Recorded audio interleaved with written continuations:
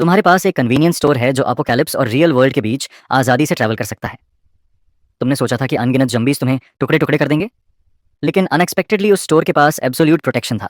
इसलिए तुमने सस्ते इंस्टेंट नूडल्स, बॉटल्ड वाटर और हम सैसेज को ऊंची कीमतों पर बेचना शुरू कर दिया। एपोकैलिप्स की खतरनाक वेस्टलैंड में तुम अपना खुद का बिजनेस एम्पायर खड़ा करोगे। इस वक्त तुम एक गर्म हो चुके फ़ोन को पकड़े हुए थे और अपनी गर्लफ्रेंड को ठंडी आवाज़ में कहते सुन रहे थे, चलो ब्रेकअप कर लेते हैं। ग्रेजुएशन को 3 साल हो चुके हैं और तुम्हारे पास अभी तक कोई सेविंग्स नहीं है। तुम्हारी गर्लफ्रेंड आखिरकार तुम्हारी गरीबी और बर्दाश्त नहीं कर पाई और रिच सेकंड जनरेशन वांग हाओ के पास चली गई। कॉल खत्म होने के बाद तुम स्टूल पर बैठे हार मान चुके इंसान की तरह महसूस कर रहे थे। पिछले कुछ सालों में अपने पेरेंट्स के ट्रीटमेंट के लिए तुमने 3,50,000 युआन उधार लिए थे, लेकिन आखिर में तुम्हारे पेरेंट्स फिर भी गुजर गए और तुम अब तक वो पैसे चुका नहीं पाए। तुम्हारे पास बस एक किसी तरह चल रहा कन्वीनियंस स्टोर बचा था, लेकिन तभी अचानक सब कुछ घूमने लगा। चारों तरफ देखने के बाद तुम्हें एहसास हुआ कि तुम अपोकैलिप्स में पहुंच चुके हो। खिड़की के बाहर तुम्हें ज़ॉम्बीज़ का एक झुंड दिखाई दिया। वे ज़ॉम्बीज़ भी अचानक प्रकट हुए कन्वीनियंस स्टोर की तरफ खींचे चले आए। अगले ही पल वे सब पागलों की तरह तुम्हारी तरफ झपट पड़े। तुमने सोचा सब खत्म हो गया, लेकिन जिस कांच टूटने की आवाज़ की तुम्हें उम्मीद थी वो कभी नहीं आई। वो दरवाज़ा जो आमतौर पर हल्के से छूने पर भी टूट जाता, अब बिल्कुल भी नहीं हिला। उसी समय तुम्हारी आंखों के सामने एक लाइट स्क्रीन दिखाई दी। Current world, apocalypse era, store status absolutely safe. Dimensional travel को दोबारा यूज़ करने में 12 घंटे बाकी हैं। मतलब जब तक तुम यहाँ 12 घंटे टिके रहते हो तब तक तुम ओरिजिनल वर्ल्ड में वापस लौट सकते हो। तुमने बाहर मौजूद मॉन्स्टर्स की तरफ देखा और झुंझलाकर अपने बालों में हाथ फेर लिया। शॉप 20 स्क्वायर मीटर्स से भी छोटा था और उसमें हर तरह का सामान भरा हुआ था। ब्राइट बफ इंस्टेंट नूडल्स, बॉटल्ड वाटर, हम sausage, bread, cookies. Original world में ये सब मिलाकर लगभग कुछ भी कीमत नहीं रखते थे, लेकिन यहाँ तुम्हारे मन की गहराइयों से एक ख्याल उठा। एपोकैलिप्टिक वर्ल्ड में सबसे कीमती चीजें गोल्ड या डायमंड्स नहीं, बल्कि साफ खाना और पानी है। तुम जल्दी जल्दी कदम बढ़ाकर शेल्फ तक पहुंचे और सबसे साधारण बॉटल्ड वाटर उठा लिया। ओरिजिनल वर्ल्ड में ये बॉटल्ड वाटर 2 युआन में बिकती है, लेकिन ज़ॉम्बीज़ से भरी इस दुनिया में इसकी कीमत कितनी होगी? तुम्हें अपना 3,50,000 युआन का कर्ज याद आया और जांग कियन की फ़ोन पर कही बात भी। चलो ब्रेकअप कर लेते हैं। तुमने बॉटल्ड वाटर खोली और एक बड़ा घूंट भर लिया। अब तुम्हें इन 12 घंटों का इस्तेमाल करके अपनी पहली पॉट ऑफ गोल्ड कमानी थी। तुम तो ये सोचने भी लगे कि एक बॉटल्ड वाटर के बदले 1 ग्राम गोल्ड लेना शायद बहुत कम होगा। एक बॉटल्ड वाटर के बदले 10 ग्राम गोल्ड और एक पैक इंस्टेंट नूडल्स के बदले 100 ग्राम। तुमने खुद को जबरदस्ती शांत किया। अभी तुम्हें सबसे पहले कस्टमर्स चाहिए थे। दरवाजे के बाहर दर्जनों ज़ॉम्बीज़ खड़े थे। ऐसे में कौन सा सर्वाइवर यहाँ आने की हिम्मत करेगा? लेकिन बस यूं ही 12 घंटे बैठे रहना, ये बात तुम बिल्कुल स्वीकार नहीं कर सकते थे। तुम्हारी नज़र ब्रेज्ड बीफ इंस्टेंट नूडल्स पर जाकर रुकी और उसी पल तुम्हारे दिमाग में एक प्लान बन गया। इस रस्ट और सड़ांध की बदबू से भरी दुनिया में गरम आगरम इंस्टेंट नूडल्स की खुशबू से ज्यादा लुभाने वाली चीज और क्या हो सकती थी? तुमने प्लग लगाया और स्विच दबा दिया। केटल उबलने लगी। कन्वीनियंस स्टोर में अभी भी बिजली थी। लग रहा था ये सिस्टम बाउंड स्पेस बाहर की दुनिया से पूरी तरह अलग, अपनी खुद की एक दुनिया है। पानी जल्दी ही उबल गया। एक गहरी और जबरदस्त खुशबू तुरंत पूरे शॉप में फैल गई, यहां तक कि तुम भी अपनी लार निगलने से खुद को रोक नहीं पाए। लेकिन फिर एक और समस्या सामने आ गई। उस लाजवाब खुशबू को सही तरीके से बाहर कैसे भेजा जाए? तुम दरवाजा तो खोल नहीं सकते थे। तुमने पूरे शॉप में नजर दौड़ाई। आखिर में तुम्हारी नजर एक रेंज हुड पर जाकर रुकी। वो गहरी खुशबू उस छोटे से रास्ते से गुजरकर बाहर फैलने लगी। उस मौत जैसी खामोश दुनिया में समय सेकंड दर सेकंड बीतता गया। बाहर अब भी कब्र जैसी खामोशी छाई हुई थी। जब तुम्हारा पेशेंस खत्म होने वाला था, तभी अचानक आग की एक लपट उन दर्जन भर जॉम्बीज पर टूट पड़ी। तुमने सतर्क नजरों से खिड़की के बाहर देखा। वो एक औरत थी। उसकी नजरें इस शॉप पर घूमी जो आसपास के खंडहरों के बीच बेहद अलग दिख रहा था।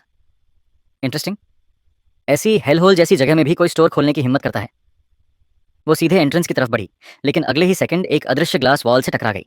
तुम भी अवेकेंड हो, ये तुम्हारी एबिलिटी है। कुछ देर की खामोशी के बाद, मैं नाइटिंगेल हूँ शागो। उसकी कीमत कितनी है? गोल्ड। तुम्हें लगता है ये कौन सा जमाना है? अब भी कौन उस बेकार चीज का इस्तेमाल करता है? मैं यहाँ सिर्फ गोल्ड लेता हूँ। उसका रवैया इतना दबंग देखकर नाइटिंगेल ने हाथ उठाकर एक शॉट दाग दिया।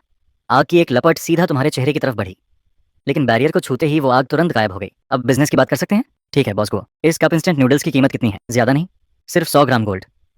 तुम मुझे सीधे लूट क्यों नहीं लेते?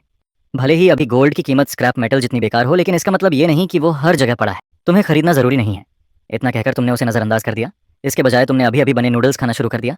तुम्हारे नूडल्स सुरकने की आवाज़ बेहद चुभने वाली लग रही थी। नाइटिंगेल ने अनजाने में लार निकल ली। उसे याद भी नहीं था कि आखिरी बार उसने गर्म खाना कब खाया था। आमतौर पर वो स्कैवेंज्ड कैनेड फूड्स और एनर्जी बार्स से काम चलाती थी, लेकिन वो चीज़ें सिर्फ उसे जिंदा रखती थीं, खाने का असली मज़ा नहीं देती थीं। तभी उसके पेट से हल्की गुर्राहट की आवाज़ निकली। हालांकि आवाज़ बहुत धीमी थी, लेकिन इस माहौल में वो किसी ठंडर से कम नहीं लगी। नाइटिंगेल का चेहरा तुरंत लाल हो गया। तुमने ऐसे दिखाया जैसे तुमने कुछ सुना ही नहीं और आराम से अपने इंस्टेंट नूडल्स खाते रहे। मेरे पास अभी इतना गोल्ड नहीं है, क्या मैं बाद में पेमेंट कर सकती हूँ? यहाँ उधार नहीं चलता। तुम यहाँ चैरिटी वर्क करने नहीं आए थे। वैसे भी 12 घंटे से कम समय में तुम वापस जाने वाले थे। कौन जाने नाइटिंगेल समय पर गोल्ड लेकर लौट भी पाएगी या नहीं। आखिरकार तुमने नूडल्स का आखिरी कौर खत्म किया और संतुष्टि भरी डकार ली। तुमने आराम से शेल्फ से एक सॉसेज उठाया, फिर उंगलियों से उसे हल्का सा उछाल दिया। वो हवा में एकदम सही आर्क बनाते हुए ऐसे उड़ गया मानो तुम सड़क किनारे किसी स्ट्रे कैट को खाना खिला रहे हो। नाइटिंगेल का शरीर तुरंत सख्त हो गया। ये साफ साफ अपमान था, लेकिन उसकी समझदारी उसे बता रही थी कि उसे वो सॉसेज उठाकर तुरंत खा लेना चाहिए। समय जैसे थम गया। आखिर में 2.5 सेकंड बाद भूख ने उसकी इज्जत को हरा दिया। सिर्फ 3 बाइट्स में सॉसेज पूरी तरह खत्म हो गया। ये मेरी सिंसियरिटी है। एक बाउल नूडल्स के बदले 100 ग्राम गोल्ड। ईमानदार कीमत, कोई धोखा नहीं। मेरा इंतजार करना। वो ये 2 शब्द छोड़कर मुड़ी और चली गई। उसकी स्किल्स के साथ जब तक वो किसी सर्वाइवर कैंप या डिजास्टर से पहले के किसी बैंक वॉल्ट तक पहुंच जाए 100 ग्राम गोल्ड जुटाना मुश्किल नहीं था। लेकिन तभी तुमने उसे फिर आवाज दी। रुको।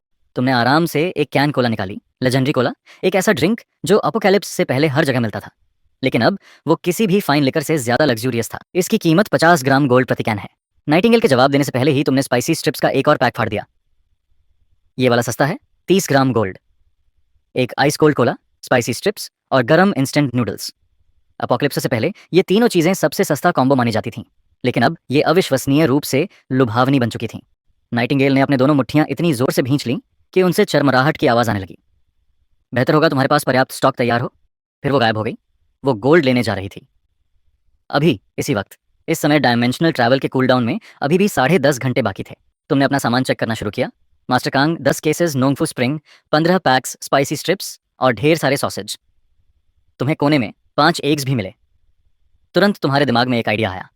1 घंटे से थोड़ा ज्यादा समय बाद दरवाजे के बाहर जोरदार धमाका हुआ। नाइटिंगेल वापस आ चुकी थी। वो थोड़ी थकी हुई लग रही थी और उसके हाथ में एक ब्लैक बैग था। 200 ग्राम गोल्ड, कम नहीं, शायद उससे भी ज्यादा। Allow is item to enter the safe zone one way. चुपचाप परमिशन देने के बाद वो ब्लैक बैग किसी अदृश्य हाथ से उठा और धीरे से तुम्हारे पैरों के पास आकर गिर गया। नाइटिंगेल की प्यूपिल्स फिर से सिकुड़ गईं। ये आदमी उसकी कल्पना से भी ज्यादा रहस्यमयी था।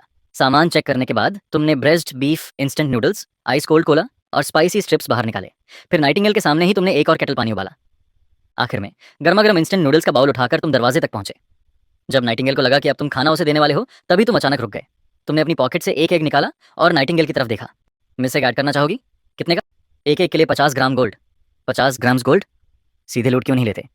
तुम्हें खरीदना जरूरी नहीं है। इस शॉप के एग्स सिर्फ उन्हीं को बेचे जाते हैं जिनकी किस्मत में वो हों। इतना कहकर तुम एग वापस बैग में रखने ही वाले थे। रुको। एक ताकतवर फ्लेम अवेकनर होने के नाते नाइटिंगेल हमेशा वही इंसान रही थी जिसके आगे बाकी लोग झुकते थे। लेकिन आज उसे बार बार दीवार से टकराने जैसा महसूस हो रहा था। मुझे नहीं चाहिए। ये शब्द उसके गले में ही अटक गए, बाहर नहीं निकल पाए। उसने अपनी कमर पर बंधी छोटी लेदर पाउच में हाथ डाला और अंदर टटोलने लगी। कबूतर के अंडे जितना बड़ा एक क्रिस्टल उसकी हथेली में चुपचाप पड़ा था। मेरे पास अभी और गोल्ड नहीं है। मैं इसके बदले तुम्हारा एग ले लूंगी। तुमने हल्का सा आईब्रो उठाया। तुमने मन ही मन सोचा, ये आखिर भला क्या है? तुम मना करने ही वाले थे कि तभी एक लाइट स्क्रीन सामने उभरी। High energy item detected. Low level zombie crystal. Strongly recommend completing this transaction. तुम पूरी तरह गलत थे, पूरी तरह। तुम कन्वीनियंस स्टोर के काम करने के तरीके को गलत समझ रहे थे। तुम सोच रहे थे कि 3,50,000 डेट कैसे चुकाओगे, जबकि असल में कन्वीनियंस स्टोर को इन क्रिस्टल कोर्स की जरूरत थी। एक पल में सब कुछ साफ हो गया, लेकिन तुम्हारे चेहरे पर अब भी हल्की नफरत दिख रही थी। ये कैसी घटिया पत्थर जैसी चीजें हैं? काफी घिनौनी लग रही है। ये ज़ॉम्बी के दिमाग से निकला क्रिस्टल कोर है। अफगानिस्तान की कल्चरेशन के लिए यह बेहद जरूरी है। गोल्ड की तो इससे तुलना भी नहीं की जा सकती। तो क्रिस्टल कोर्स इस दुनिया का कल्चरेशन रिसोर्स थे। मैं कन्वीनियंस स्टोर चलाता हूँ, मुझे इस चीज़ का क्या करना? नाइटिंगेल गुस्से से कांप उठी। ये आदमी सिर्फ समझ से बाहर नहीं था, बल्कि उसे चीज़ों की कीमत की भी समझ नहीं थी। जब तुम्हें लगा कि वो किसी भी पल फट पड़ेगी, तुमने लंबी सांस छोड़ी। ठीक है, ठीक है, तुम इतनी सिंसियरिटी दिखा रही हो तो इस बार मैं एक्सेप्शन बना देता हूँ। जैसे ही तुमने ये कहा, तुमने मन ही मन आदेश दिया और वो क्रिस्टल कोर तुरंत नाइटिंगेल की हथेली से गायब हो गया। उसे देखे बिना ही तुमने आराम से क्रिस्टल कोर अपनी पॉकेट में डाल लिया। फिर तुम एक्स्ट्रा एग वाला deluxe cup instant noodles, Cola और स्पाइसी स्ट्रिप्स लेकर आए और नाइटिंगेल के सामने रख दिए। उसने फोर्क उठाया और भूखे जानवर की तरह खाना शुरू कर दिया। यहाँ तक कि बाउल के नीचे पड़े चॉपर्ड स्केलिन्स भी नहीं छोड़े। फिर उसने कोला खोली और एक ही सांस में खत्म कर दी। उसके बाद ही उसने स्पाइसी स्ट्रिप्स खोली और उन्हें एक एक करके खाने लगी। पूरे समय तुम बस चुपचाप उसे देखते रहे। मैं वापस आऊँ। ये शब्द छोड़ने के बाद नाइटिंगेल मुड़ी और कोने के अंधेरे में गायब हो गई। नाइटिंगेल के जाने के बाद ही तुमने क्रिस्टल कोर बाहर निकाला। एक बेसिक जंबी क्रिस्टल कोर इंसानी जीन्स पर लगे लॉक को तोड़ सकता है। इसे इस्तेमाल करने के बाद अवेकेंड 1 बनने का मौका मिलता है। अगर एब्जॉर्प्शन फेल हो जाए तो इस्तेमाल करने वाला वहीं बेसिक पार्टिकल्स में टूट जाएगा। इसकी सक्सेस रेट 1% से भी कम है। तुम्हारा हाथ काम गया और तुम लगभग क्रिस्टल कोर फेंक ही देते। ये आखिर है क्या? 1% से भी कम सक्सेस रेट? इसे अपॉर्चुनिटी कैसे कह सकते हैं? ये तो साफ साफ नरक का वन वे टिकट है। लेकिन तभी कन्वीनियंस स्टोर में एक प्रॉम्प्ट उभरा। स्टोर की रेंज के अंदर होस्ट हर तरह के नुकसान से इम्यून रहेगा, जिसमें physical damage, energy impact, mental contamination और जेनेटिक कोलैप्स शामिल हैं, लेकिन इन्हीं तक सीमित नहीं। तुमने फिर से अपने हाथ में पड़े क्रिस्टल कोर को देखा।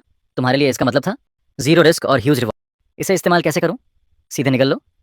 ये चीज़ बिल्कुल भी खाने लायक नहीं लग रही थी, लेकिन जब तुम्हें नाइटिंगेल का हवा में आग बुलाना याद आया तो तुमने उसे पूरा का पूरा निगल लिया। अगले ही सेकंड तेज दर्द की एक लहर तुम्हारे पूरे शरीर में दौड़ गई। तुम्हारा पूरा शरीर झींगे की तरह सिकुड़ गया। सेकंड दर सेकंड समय बीतता गया। आखिरकार वो दर्द कम हो गया और उसकी जगह एक ऐसे शरीर ने ले ली जो ताकत से भरा हुआ था। क्या अवेकेंड वन ऐसा महसूस करते हैं? कितनी डरावनी ताकत है। तुमने नाइटिंगेल की पोज कॉपी की और फ्लेम्स बुलाने की कोशिश की, लेकिन तुम्हारी उंगलियों पर बिल्कुल कुछ नहीं हुआ। धत्त तेरे की, क्या अवेकनिंग फेल हो गई? जितना तुम सोचते उतना ही गुस्सा बढ़ता गया। तुमने बगल की शेल्फ पर जोर से मुक्का मारा। अचानक शेल्फ और उस पर रखे सारे स्नैक्स गायब हो गए। तुम्हारी कॉन्शियसनेस किसी दूसरी स्पेस से जुड़ गई और उसके अंदर वही गायब हुई शेल्फ मौजूद। तुमने हाथ बढ़ाकर देखने की कोशिश की। गायब हुई शेल्फ फिर से अपनी जगह पर लौट आई। तभी सिस्टम प्रॉम्प्ट दिखाई दिया। अफकेंड वन, शाओगो तुम्हारी अफकेंड डायमेंशनल स्टोरेज स्पेस टाइम और कॉन्शियसनेस को आइसोलेट कर सकती है। इसकी current storage capacity 1 cubic metre है। जैसे जैसे तुम स्पाइसी स्ट्रिप्स को स्टोर करते और बाहर निकालते रहे, बार बार स्टोर करते और निकालते रहे, तुम धीरे धीरे गहरी सोच में डूब गए। गोल्ड सिर्फ डेट क्राइसिस हल कर सकता है, लेकिन क्रिस्टल कोर्स ही डायमेंशनल ट्रैवल की असली की है। कूलडाउन खत्म होने में अभी भी 9 घंटे बाकी थे। तुम्हें यहाँ से जाने से पहले ज्यादा से ज्यादा क्रिस्टल कोर्स जमा करने थे। सिर्फ एक पैक इंस्टेंट नूडल्स की खुशबू ने नाइटिंगेल जैसी लोगों को खींच लिया था। तो अगर उस खुशबू को 10 गुना या 20 गुना बढ़ा दिया जाए तो? इसलिए तुमने एक बहुत बड़ा पॉट निकाला और पूरे 20 पैक्स इंस्टेंट नूडल्स एक साथ पकाने लगे। आखिर में तुमने रेंज हुड को सबसे ऊंची सेटिंग पर चला दिया। ये तुम्हारा apocalyptic Buddha jumps over the wall था। 3 ब्लॉक्स दूर एक अबैंडन बिल्डिंग के अंदर एक जवान लड़का कोने में सिकुड़ा बैठा था। एक स्कार फेसड आदमी गन बैरल साफ कर रहा था। एक ग्लासेस पहने आदमी ने चिंतित होकर कहा, ब्रोदर हु, शाओलियो की इंजरीज फिर से खराब हो गई हैं। अगर हमें जल्दी मेडिसिन नहीं मिली तो शायद वो बच नहीं पाएगा। ब्रदर हु कहलाने वाले स्कार फेसड आदमी ने चुपचाप सिर हिलाया। इस इलाके का सारा फूड पहले ही पूरी तरह लूटा जा चुका था। मेडिसिन तो और भी दुर्लभ थी, लेकिन तभी एक लुभाने वाली खुशबू हवा में तैरती हुई अंदर आई। ब्रदर हु, बाहर कोई नूडल्स पका रहा है। चुप चुप रहो। उसकी समझ उसे बता रही थी कि यह जरूर कोई ट्रैप है। एपोकालिप्स में जो भी खुलेआम खाना पकाने की हिम्मत करता, या तो वो पागल होता था या फिर बेहद ताकतवर हंटर। लेकिन भूख से तड़प रहे उनके शरीर लगातार गुर्राने लगे। ढूंढो उसे, खा लो उसे। ग्लासेस वाला आदमी भी बेचैन होने लगा। ब्रदर हु, हमारे पास ज्यादा समय नहीं है। अगर हम देर से पहुंचे तो शायद ब्रॉथ भी नहीं बचेगा। ब्रदर हु सबसे बेहतर जानता था कि अगर यही चलता रहा तो तीनों देर सवेर भूख से मर जाएंगे। आखिर में उसकी आंखों में बेरहम चमक उभरी। वे लोग एक के बाद एक सड़क पार करते हुए आगे बढ़े और आखिरकार उन्होंने एक छोटा कन्वीनियंस स्टोर देख लिया। एंट्रेंस के ठीक सामने एक बड़ा इलेक्ट्रिक कुकर रखा था। पॉट पूरा इंस्टेंट नूडल्स और हम सैसेज से भरा हुआ था। और तुम आराम से डोर फ्रेम के सहारे टिके हुए थे। ट्रैप, ये जरूर कोई ट्रैप था। तीनों ने जोर से लार निकली, लेकिन आगे बढ़ने की हिम्मत नहीं की। तभी उसने देखा कि सामने पड़े एबेंडेंट व्हीकल के पीछे एक आदमी छिपकर घात लगाए बैठा था। बाकी लोगों ने भी उसे देख लिया। ब्रदर हु ने तुरंत इशारा किया कि सब लोग चुप रहें। ब्रदर हु ने खुद को शांत किया और जल्द ही उसे और लोग भी छिपे हुए दिखाई दिए। बाईं तरफ दूसरी मंजिल की खिड़की में एक धुंधली परछाई थी और दाईं तरफ गली के ट्रैश पाइल के पीछे धातु जैसी चमक दिखाई दे रही थी। कम से कम 4 ग्रुप्स उनकी तरह इस खुशबू से खिंचे चले आए थे। बेशक हॉल के अंदर मौजूद तुम जानते थे कि आसपास काफी लोग जमा हो चुके हैं।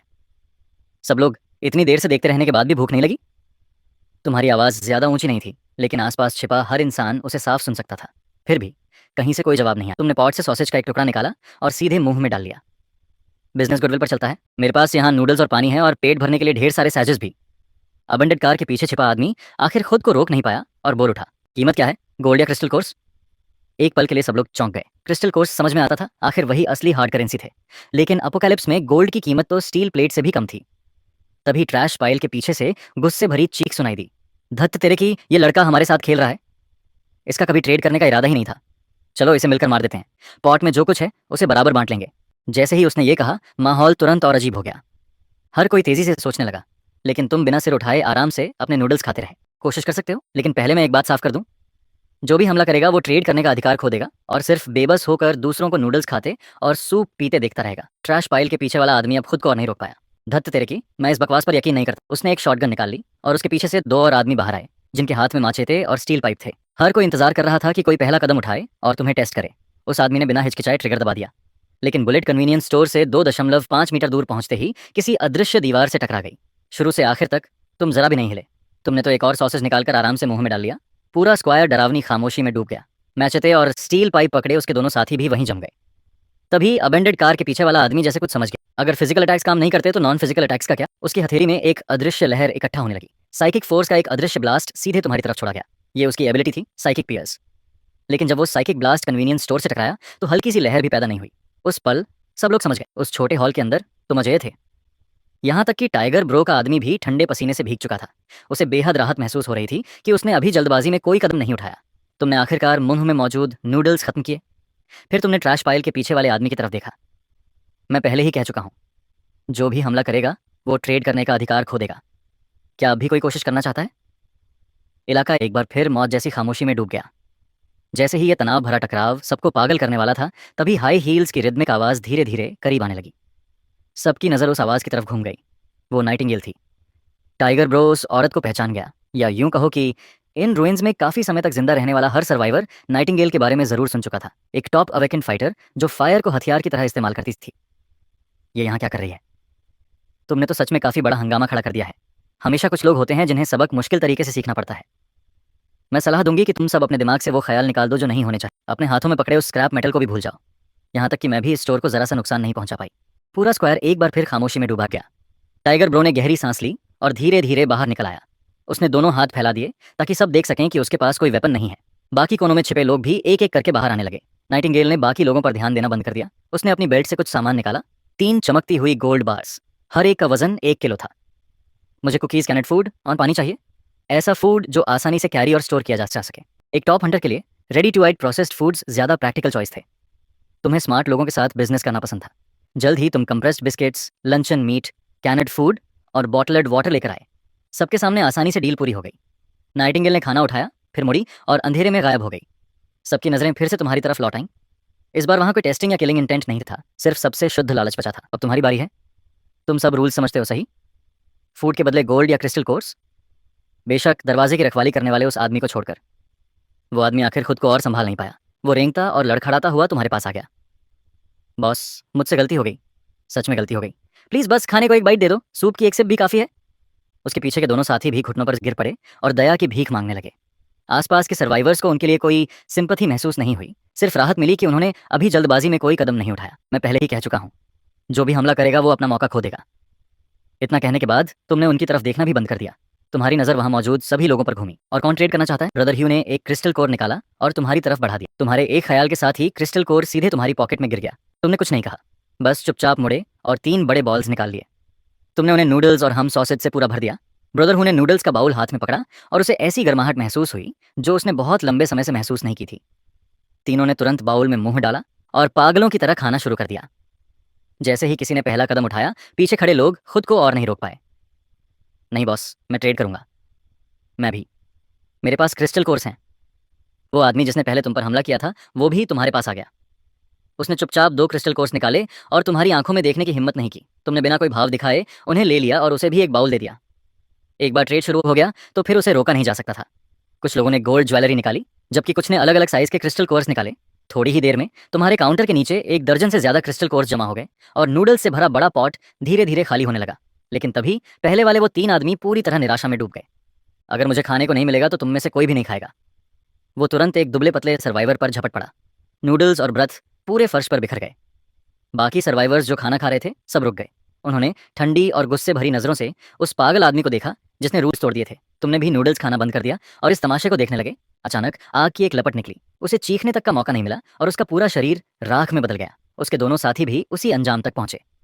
3 सेकंड से भी कम समय में तीनों इस दुनिया से पूरी तरह गायब हो गए। नाइटिंगेल धीरे धीरे अंधेरे से बाहर आई। मुझे रूल्स तोड़ने वाले लोग पसंद नहीं। तुमने फ्रीजर से कोक का एक कैन निकाला और नाइटिंगेल की तरफ उछाल दिया। तुमने कुछ नहीं कहा, तुम बस पॉट में नूडल्स चलाते रहे। पूरा ट्रांजैक्शन बेहद शांति से चलता रहा। ब्रोदर हु और उसके बाकी दोनों साथी पहले ही अपने नूडल्स खत्म कर चुके थे। उन्होंने ब्रथ की आखिरी बूंद तक पी ली थी। रूइंस के हर कोने से लगातार ज्यादा लोग आने लगे। कन्वीनियंस स्टोर के शेल्व्स हैरान कर देने वाली रफ्तार से खाली होते जा रहे थे। किसी ने भी कीमतों की शिकायत नहीं की और किसी ने कोई परेशानी भी नहीं खड़ी की। आखिर में तुमने स्टोर का सारा सामान बेच डाला। नाइटिंगेल ने अपने हाथ में पकड़ा खाली कोक का नस्टॉप कैन एक तरफ फेंक दिया। फिर वो तुम्हारे पास आकर रुकी। तुमने तो बड़ी कमाई कर ली। अगली बार वापस कब आओगे? मुझे नहीं पता। नाइटिंगेल ने तुम्हें लंबे समय तक देखा, फिर वो मुड़ी और अंधेरे में गायब हो गई। सबके जाने के बाद पूरा स्क्वायर पूरी तरह शांत हो गया।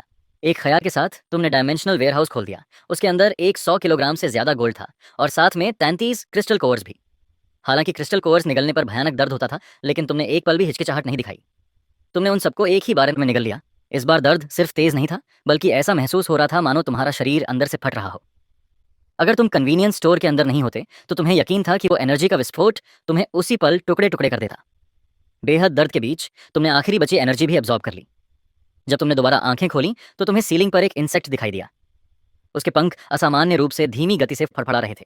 तुम्हें दरवाजे के बाहर मौजूद जॉम्बीज के गले से निकलती धीमी गुर्राहट सुनाई दे रही थी। तुम खून की बदबू और मिट्टी की गंध तक साफ महसूस कर सकते थे। तुम्हारी सेंसेस अविश्वसनीय स्तर तक बढ़ चुकी थीं। तुमने शेल्फ के बगल की खाली जगह की तरफ हाथ बढ़ाया और मुट्ठी भींच ली। हल्के से कंपन के साथ शेल्फ धीरे धीरे हवा में उठने लगी। ये डायमेंशनल स्टोरेज की ताकत नहीं थी, बल्कि टेलीकिनेसिस था। तुमने तुरंत सिस्टम स्क्रीन बुला ली। Awakened ability first level dimensional storage. Current capacity 1000 cubic metre.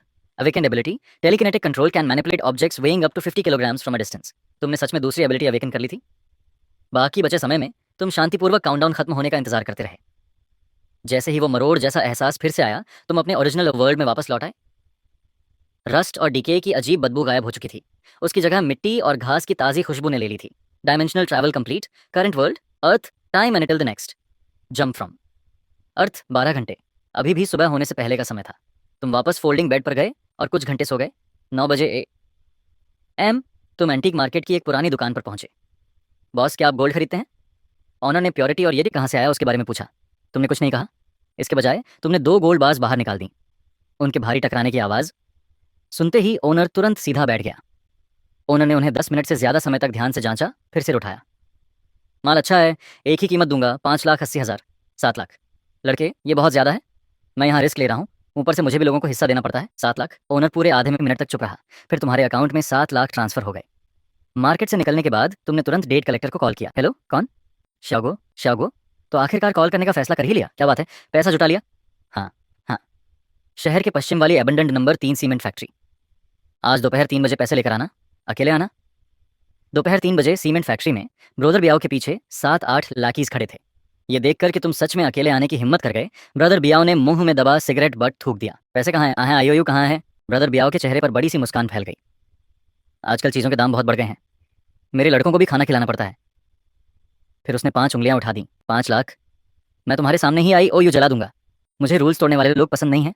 मैं तुम्हें 3,50,000 लौटाने वाला था, लेकिन अब सिर्फ 2 लाख दूंगा। तुम्हारी आवाज़ ज़्यादा ऊंची नहीं थी, लेकिन वहां मौजूद हर इंसान ने उसे साफ सुना। ब्रदर बियाओ का चेहरा जम गया।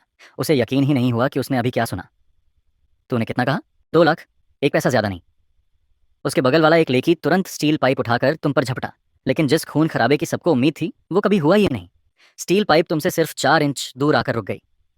तुमने उसे एक हाथ से आराम से पकड़ लिया। वो थग ऐसे हवा में उड़ा जैसे किसी ट्रक ने टक्कर मार दी हो। उसकी दर्द भरी चीख पूरी सीमेंट प्लांट में गूंज उठी। ब्रदर बियाओ आखिरकार अपने सदमे से बाहर आया। "से पकड़ लो।" लेकिन चाहे कितने भी लोग थे, वो तुम्हारे कुछ एल्बो स्ट्राइक्स तक नहीं झेल पाए। थोड़ी ही देर में कई थग्स ब्रदर बियाओ के सामने जमीन पर पड़े कांप रहे थे। गुस्से से नहीं, बल्कि डर से। दूर मत आना, मैं बता रहा मिर्चिंग, मेरा बॉस ब्रदर क्वांग है। ब्रदर बियाओ ने जल्दी से पेपर्स का एक स्टैक बाहर निकाला। तुमने ब्रदर बियाओ के सामने ही 2 लाख गिनकर रख दिए। असल में ये 3,50,000 होने चाहिए थे, लेकिन अब इसकी कीमत सिर्फ 2 लाख है। फिर तुमने आईओयू फाड़ दिया और वहां से मुड़कर चल दिए। फिलहाल के लिए वो मामला खत्म हो चुका था। तुम्हारे पास अभी उससे भी ज्यादा जरूरी काम था। तुम सीधे यूज्ड कार मार्केट चले गए। कुछ ही देर बाद तुम एक यूज्ड वैन चलाकर सबसे बड़े फूड होलसेल मार्केट पहुंच गए। तुम सीधे होलसेल स्टोर के अंदर चले गए। क्लर्क के कुछ कहने से पहले ही तुमने कहा, हेलो, मुझे 200 केसेस इंस्टेंट नूडल्स चाहिए, 100 cases sausage, 200 cases compressed biscuits और 100 cases canned beef, 500 cases bottle water. हालांकि वो इतने बड़े ऑर्डर को देखकर हैरान थे, लेकिन फिर भी उन्होंने बहुत जल्दी सारा सामान तैयार कर दिया। भला उन्हें मैंने चिंता क्यों होती? पैसे देने वाला तो बॉस था। पूरा सामान बाहर निकलवाने में तुम्हें पूरा दिन लग गया। डायमेंशनल क्रॉसिंग में अभी भी 2 घंटे बाकी थे। कल की पहली ट्रेड में ज्यादातर गोल्ड रूइंस से आखिरी समय में इकट्ठा किया गया था। प्रॉफिट को ज्यादा से ज्यादा बढ़ाने के लिए तुम्हें वॉल्यूम पर निर्भर रहना था और अलग अलग स्ट्रॉन्ग गोल्ड्स के साथ काम करना था और उनसे गोल्ड इकट्ठा करवाना था। अपने शरीर के अंदर मौजूद ताकत को महसूस करके तुम्हें अपने पुराने सेल्फ से दूरी महसूस होने लगी थी। बचे हुए 2 घंटों में तुमने तय किया कि तुम एक शानदार खाना खाओगे और अपने पुराने सेल्फ को अलविदा कहोगे। इसलिए तुम शहर के सबसे लग्जूरियस रेस्टोरेंट में पहुंचे। एंट्रेंस पर खड़ी लग्जरी कार्स के मुकाबले तुम्हारी वैन बिल्कुल बेमेल लग रही थी। यहां तक कि वैलेट को भी लगा कि तुम पार्किंग स्पॉट चुराने आए हो। सर, हमारे एस्टैब्लिशमेंट में। लेकिन तुमने बस सोयाबीन जितना बड़ा एक गोल्ड नगेट्स निकाला और वैलेट के हाथ में रख दिया, साथ ही कहा कि गाड़ी ठीक से पार्क करना, अगर नहीं किया तो तुम्हारी टांगें तोड़ दूंगा। जैसे ही गोल्ड नगेट उसके हाथ में गिरा, उसका भारी वजन महसूस होते ही वैलेट वहीं का वहीं जम गया। तुमने उसकी तरफ देखा तक नहीं। तुम सीधे रेस्टोरेंट के अंदर चले गए। नरम रोशनी और अच्छे कपड़े पहने गेस्ट्स पूरे माहौल को बेहद एलिगेंट और शांत बना रहे थे। ये पहले वाली एपोकैलिप्सिक वर्ल्ड से बिल्कुल उल्टा था। तभी जब तुम मेन्यू देख रहे थे, पास से एक औरत की आवाज़ आई। शागो, वो आवाज़ तुम्हारी एक्स गर्लफ्रेंड जानक कियन की थी। उसके बगल में खड़ा आदमी था रिच हेयर वांगहाओ। वांगहाओ एक पल के लिए चौंक गया, फिर उसने जानक कियन की कमर में हाथ डाला और तुम्हारी तरफ बढ़ाया। अरे अगर ये शाओगो नहीं है तो कौन है? क्या हुआ? तुम्हारा कन्वीनियंस स्टोर बंद हो गया? क्या यहाँ बर्तन धोने की नौकरी मांगने आए हो? यहाँ एक स्टेक की कीमत 3800 है। तुम्हारी महीने भर की सैलरी से तो उसका एक बाइट भी नहीं आएगा। बहुत शोर कर रहे हो। अपने हेड शेफ से कहो कि जो उसका सबसे अच्छा डिश हो वही सर्व करे। वांग हाओ को ऐसा लगा जैसे उसने तकिए पर मुक्का मार दिया हो। इस तरह पूरी तरह इग्नोर किया जाना उसे बेहद बुरा लगा। इसलिए उसने फिर ऊंची आवाज़ में कहा, क्या तुम बह रहे हो? मैं तुमसे बात कर रहा हूँ। लेकिन तुम्हारे चेहरे पर अब भी कोई एक्सप्रेशन नहीं था। जनक कैन को अचानक लगा जैसे तुम पूरी तरह अजनबी बन चुके हो। शोर सुनकर रेस्टोरेंट मैनेजर जल्दी से वहां आ गया। सर प्लीज शांत हो जाइए, कृपया बाकी गेस्ट्स को डिस्टर्ब मत कीजिए। जैसे ही वांगहाओ ने मैनेजर को देखा, वो और ज्यादा अकड़ गया। मैनेजर जो, आप बिल्कुल सही समय पर आए। तो अब आपका रेस्टोरेंट किसी को भी अंदर आने देता है? ऐसे आदमी को यहाँ बैठाना आपके रेस्टोरेंट की क्लास गिरा रहा है। मैनेजर जो बेशक वांगहाओ को पहचानता था। हालांकि वो किसी लोकल रियल एस्टेट टाइकून का बेटा था, लेकिन उसने तुम्हारी असामान्य शांति को भी नोटिस किया। इसलिए उसने विनम्र लेकिन सख्त लहजे में कहा, मिस्टर वांग, हमारा रेस्टोरेंट हर गेस्ट के साथ बराबरी का व्यवहार करता है। क्या कोई प्राइवेट रूम खाली है? मैनेजर झो ने तुरंत तुम्हें 90 डिग्री बॉक किया। मिस्टर शागो, हमें बेहद अफसोस है, हम आपकी ठीक से सेवा नहीं कर पाए और आपका डाइनिंग एक्सपीरियंस खराब कर दिया। उसने तुरंत एक नए सर्वर को बुलाकर तुम्हें प्राइवेट रूम तक छोड़ने को कहा। शुरू से आखिर तक तुमने वांग हाओ की तरफ एक बार भी नहीं देखा। वांग हाओ अभी कुछ और कहना चाहता था, लेकिन मैनेजर जो ने उसे बीच में ही रोक दिया। मिस्टर वांग, कृपया तुरंत तमाशा करना बंद कीजिए, वरना मुझे सिक्योरिटी बुलाकर आपको और इस लेडी को बाहर निकलवाना पड़ेगा। प्राइवेट रूम में तरह तरह के एग्जीक्यूट डिशेज सर्व किए गए। पहले के समय में तुम तो उन्हें खाने के लायक भी नहीं थे, लेकिन अब जब तुमने उन्हें चखा तो एहसास हुआ कि उनमें कुछ खास नहीं है। खाना खत्म करने के बाद तुम वापस कन्वीनियंस स्टोर लौट आए। उस वक्त अगली ट्रैवर्सल में सिर्फ 150 सेकंड्स बाकी थे। जैसे ही समय खत्म हुआ, शहर का शोर तेजी से गायब होने लगा और उसकी जगह अपोकैलिप्स की मरी हुई खामोशी ने ले ली। 12 घंटे ट्रैवर्सल कूलडाउन भी घटकर 11 घंटे रह गया था। तुम्हें अंदाजा हो गया कि जैसे जैसे ट्रैवर्सल्स की संख्या बढ़ेगी, आखिरकार तुम अपोकैलिप्स और रियल वर्ल्ड के बीच आज़ादी से ट्रैवल कर पाओगे। तुम चारों तरफ से खुद पर टिकी कई निगाहों को महसूस कर सकते थे। पिछली बार वाले सर्वाइवर्स पहले ही मिस्टीरियस कन्वीनियंस स्टोर की खबर हर जगह फैला चुके थे। अब यहाँ आने वाले लोग भूख से मरते भटकने वाले नहीं थे, बल्कि ऑर्गेनाइज्ड ग्रुप्स के स्काउट्स थे। करीब 10 मिनट बाद एक आदमी कन्वीनियंस स्टोर की तरफ बढ़ता हुआ आया। वो आदमी दरवाजे पर आकर रुका। उसकी पीठ पर राइफल टंगी हुई थी। मेरा नाम स्कॉर्पियन है, मैं रॉक स्ट्रॉन्ग होल्ड की तरफ से आया हूँ। मैं आपसे एक डील की बात करना चाहता हूँ। हमारे स्ट्रॉन्ग होल्ड को बड़ी मात्रा में सप्लाईज चाहिए। Food, water, medicine, weapons, ammo, हमें सब कुछ चाहिए। मैं वेपन्स नहीं बेचता। स्कॉर्पियन के चेहरे पर जरा भी निराशा नहीं आई, मानो उसे पहले से ही इस जवाब की उम्मीद थी। उसने पॉकेट से एक गोल्ड बार निकाली और टेबल पर रख दी। ये डिपॉजिट है, हम आपके साथ लॉन्ग टर्म पार्टनरशिप बनाना चाहते हैं। उम्मीद है कि आप हमें थोड़ा बेहतर प्राइस देंगे। मेरी प्राइसेस सबके लिए एक जैसी हैं। तभी उसके पीछे की शैडोज जिसमें कई हल्की रिपल्स दिखाई दी। स्कॉर्पियन ने शांत रहने का इशारा करते हुए हाथ उठाया। हम इस डील को लेकर पूरी सिंसियरिटी रखते हैं। तुमने कुछ नहीं कहा। इसके बजाय तुमने शेल्फ पर रखे कैनड मीट की तरफ बिना छुए हाथ बढ़ाया। वो धीरे धीरे हवा में तैरता हुआ काउंटर तक आ गया। स्कॉर्पियन की प्यूपिल्स अचानक सिकुड़ गईं। तुम्हारी टेलीकाइनेस देखने से पहले स्कॉर्पियन को लगता था कि तुम्हारी सबसे बड़ी ताकत सिर्फ वो इम्पेनेबल डिफेंस है। उसे उम्मीद नहीं थी कि तुम खुद भी एक शक्तिशाली अवेकेंड वन हो। एक केस कैंड फूड के बदले एक गोल्ड बार। हमें एग्जैक्ट नंबर चाहिए। हमें पता होना चाहिए कि तुम्हारे पास कुल कितना स्टॉक है। ये भी इस बार उसके आने की एक वजह थी। तुम हल्के से हंसे और उंगलियां चटका दी। अचानक जमीन पर बॉटल्ड वाटर का एक छोटा पहाड़ प्रकट हो गया। उस नज़ारे ने स्कॉर्पियन का दिमाग पूरे 2.5 सेकंड्स के लिए सुन्न कर दिया। क्या इतना काफ़ी है? अगर नहीं, तुमने फिर से उंगलियां चटका दी। इस बार कंप्रेस्ड बिस्किट्स का एक और छोटा पहाड़ प्रकट हो गया। स्कॉर्पियन ने जोर से लार निकली। उसके सामने खड़ा आदमी सिर्फ टेलीकाइनेटिक पावर्स वाला नहीं था, उसके पास स्पेशल पावर्स भी थी। तुम प्राइसेस कैसे तय करते हो? मैं पहले ही कह चुका हूँ, एक गोल्ड बार के बदले एक केस कैनड फूड। हम सब कुछ खरीदेंगे, लेकिन हमें तैयारी के लिए समय चाहिए होगा।